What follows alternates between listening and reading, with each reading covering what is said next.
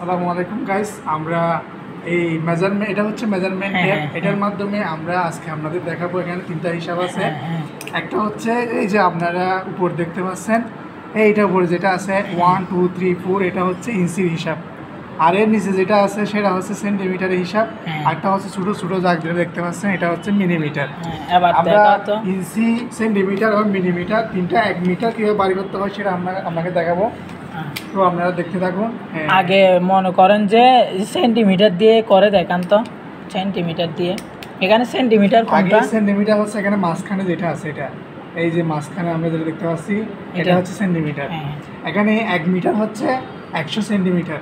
আমরা বাই করব 1 2 3 1 metre 100 centimetre আর কি। 1 মিটার 100 সেন্টিমিটার আমরা বাই করতেছি।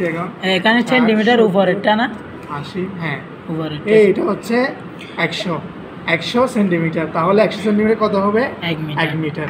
দেখেন ভালো করে, দেখেন ভালোভাবে। 100 সেন্টিমিটারে 1 মিটার।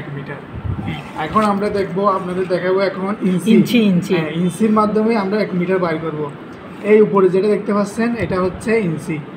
1 2 3 4, এটা হচ্ছে ইঞ্চি উপরে। এটা আমরা জানি 1 ইঞ্চি, আমরা জানি 1 মিটার সমান 39.37 ইঞ্চি, অর্থাৎ 39.37 ইঞ্চি। আমরা এখন ইঞ্চি হিসেবে বাইর করবো 39.37 ইঞ্চি। আমরা দেখেন 39, এটা 39 ইঞ্চি। এরপর আমরা এই যে ছোটো ছোটো দাগগুলো বানবো 1 2 3 4 5 6 7, এই যে 7, এতটুকু হচ্ছে আমাদের 1 মিটার। 39.37 ইঞ্চি মানে হচ্ছে 1 মিটার।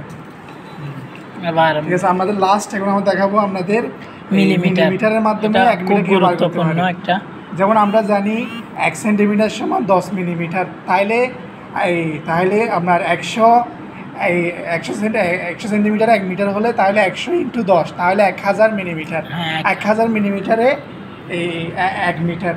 আর আমরা বার করে ছোটো ছোটো দাগে 1 পর্যন্ত, এখানে হবে 10। তাহলে 10 হবে 100 মিলিমিটার, 20 হবে 200 মিলিমিটার। এইভাবে আমরা 100 পর্যন্ত যাবো। তাহলে 100 হলে 1000 মিলিমিটার। এই 1000 মিলিমিটার মানে হচ্ছে 1 মিটার। আমরা দেখাইছি এখন ইঞ্চির হিসাব এবং সেন্টিমিটার হিসাব, মিলিমিটার হিসাব। আগে আমাদের ভালো লাগছে। সবাইকে ধন্যবাদ। আসসালামু আলাইকুম।